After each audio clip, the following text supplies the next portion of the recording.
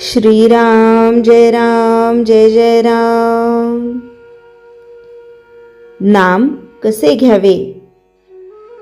नाम कसे घेऊ हे विचारणे म्हणजे पेढा कसा खाऊ म्हणून विचारण्यासारखे आहे.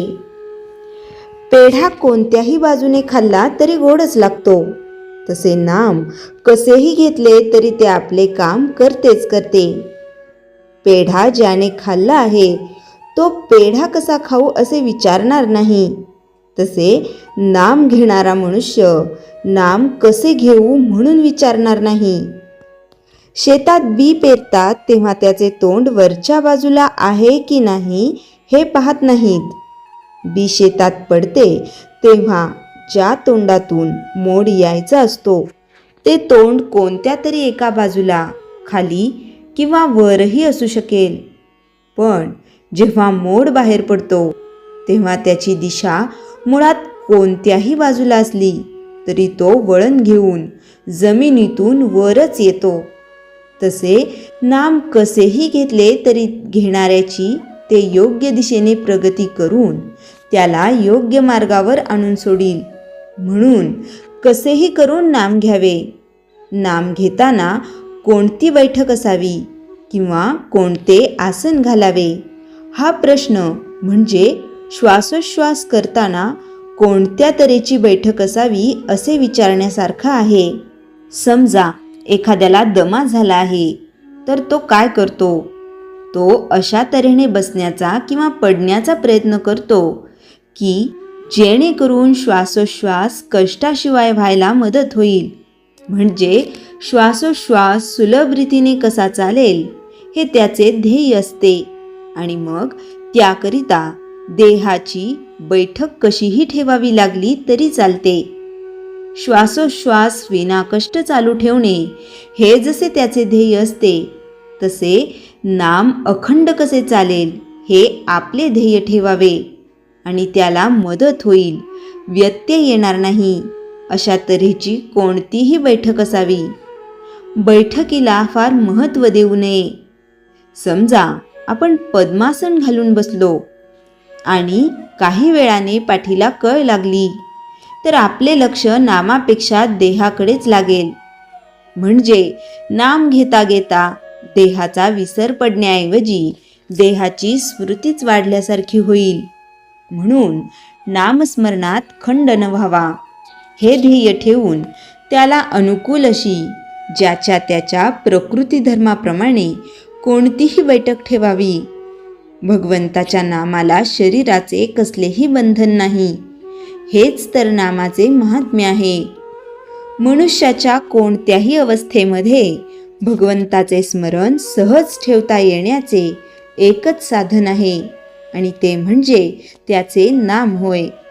पण देहबुद्धी अशी आहे की त्या निरुपाधिक नामाला आपण काहीतरी उपाधी जोडतो आणि त्या उपाधीवर नाम घेणे अवलंबून ठेवतो. असे न करता इतर उपाधी सुखदुःख उत्पन्न करतील, पण नाम निरुपाधिक आनंद देईल. श्रीराम जय जय राम. चैतन्यवाणी. शुद्ध भावनेत आणि निष्ठेत खरे समाधान आहे. ही निष्ठा अनुसंधानाने उत्पन्न होते. श्रीराम जय जय राम. श्रीराम समर्थ. दासबोध प्रवचन समास 2 दशक 8. विषय वैराग्याचा खरा अर्थ. पळ काढणे नव्हे, प्रगल्भता. समर्थ रामदास स्वामी जेव्हा वैराग्य हा शब्द वापरतात तेव्हा ते आपल्याला संसार सोडायला सांगत नाहीत, तर संसार नीट समजून घ्यायला शिकवतात. समास 2 दशक 8 मध्ये समर्थ खोट्या वैराग्यावर कठोर टीका करतात. या आणि खऱ्या वैराग्याचा मार्ग स्पष्ट करतात. 1. वैराग्य म्हणजे काय? आज अनेकांना वाटते वैराग्य म्हणजे घर सोडणे, जबाबदाऱ्या टाळणे, लोकांपासून दूर जाणे. पण समर्थ स्पष्ट सांगतात, संसार सोडणे म्हणजे वैराग्य नव्हे, आसक्ती सोडणे म्हणजे वैराग्य. जिथे मन गुंतलेले असते तिथेच बंधन असते आणि जिथे विवेक असतो तिथेच खरे वैराग्य जन्माला येते. 2. खोटे वैराग्य. समर्थांचा इशारा. समर्थ या दशकात दांभिक वैराग्यावर जोरदार प्रहार करतात. अंगावर भगवे कपडे, तोंडावर विरक्ती, पण मनात वासना, बाहेर शांतपणा, आत अहंकार. समर्थ ठामपणे सांगतात, दिसणारे वैराग्य उपयोगाचे नाही, आतले वैराग्यच खरे. जो स्वतःला मोठा साधक समजतो तोच खऱ्या साधनेपासून दूर असतो. 3. वैराग्य आणि विवेक यांचा संबंध. समर्थ सांगतात, वैराग्य हे विवेकातून जन्माला येते, दुःखातून नव्हे. दुःख आले म्हणून संसाराचा तिरस्कार करणे हे वैराग्य नाही, ती निराशा आहे. विवेक सांगतो, जे बदलते ते धरून ठेवू नये, जे नाशवंत आहे त्यावर जीव टाकू नये. विवेक जागा झाला की वैराग्य आपोआप येते. 4. वैराग्य म्हणजे निष्क्रियता नाही. समर्थ येथे फार महत्त्वाचा मुद्दा मांडतात. वैराग्य म्हणजे काम टाळणे नाही, कर्तव्य सोडणे नाही. वैराग्य म्हणजे फळाची आस न ठेवता कर्म, मान अपमानात समता, लाभ हानीत स्थिरता. समर्थ सांगतात, जो कर्म करतो पण अडकत नाही तोच खरा विरक्त. 5. संसारात राहून वैराग्य कसे? हा प्रश्न प्रत्येकाचा आहे. समर्थ उत्तर देतात, अपेक्षा मर्यादित ठेवा, माझेपणा सैल करा, परिस्थिती स्वीकारायला शिका, अहंकार कमी करा. घर, नोकरी, व्यवसाय या सगळ्यात राहूनही मन स्वतंत्र ठेवता येते. मन स्वतंत्र झाले की वैराग्य साध्य झाले.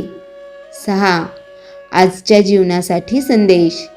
आजचा माणूस जबाबदाऱ्यांनी थकलेला, अपेक्षांनी त्रस्त, स्पर्धेने अस्वस्थ. समर्थ सांगतात, पळ काढू नका, कर्तव्य सोडू नका, पण आसक्ती ओळखा, विवेक जागा ठेवा, वैराग्याचा योग्य अर्थ समजून घ्या, मगच जीवन हलके होईल. उपसंहार. दासबोध समाज 2.8 आपल्याला शिकवतो, वैराग्य म्हणजे पलायन नव्हे, वैराग्य म्हणजे प्रगल्भ बुद्धी. संसारात राहूनही मुक्तता शक्य आहे. विवेकाशिवाय वैराग्य टिकत नाही. समर्थांचा स्पष्ट संदेश, जो आसक्तीवर विजय मिळवतो तोच खरा विरक्त. श्रीराम समर्थ. श्रीराम जय राम जय जय राम. जयाच्या जणी जन्मनामार्थ झाला, जयाने सदा वासनामात केला, जयाच्या मुखी सर्वदा नाम कीर्ती, नमस्कार तया ब्रह्मचैतन्य मूर्ती. श्रीराम जय राम जय जय राम.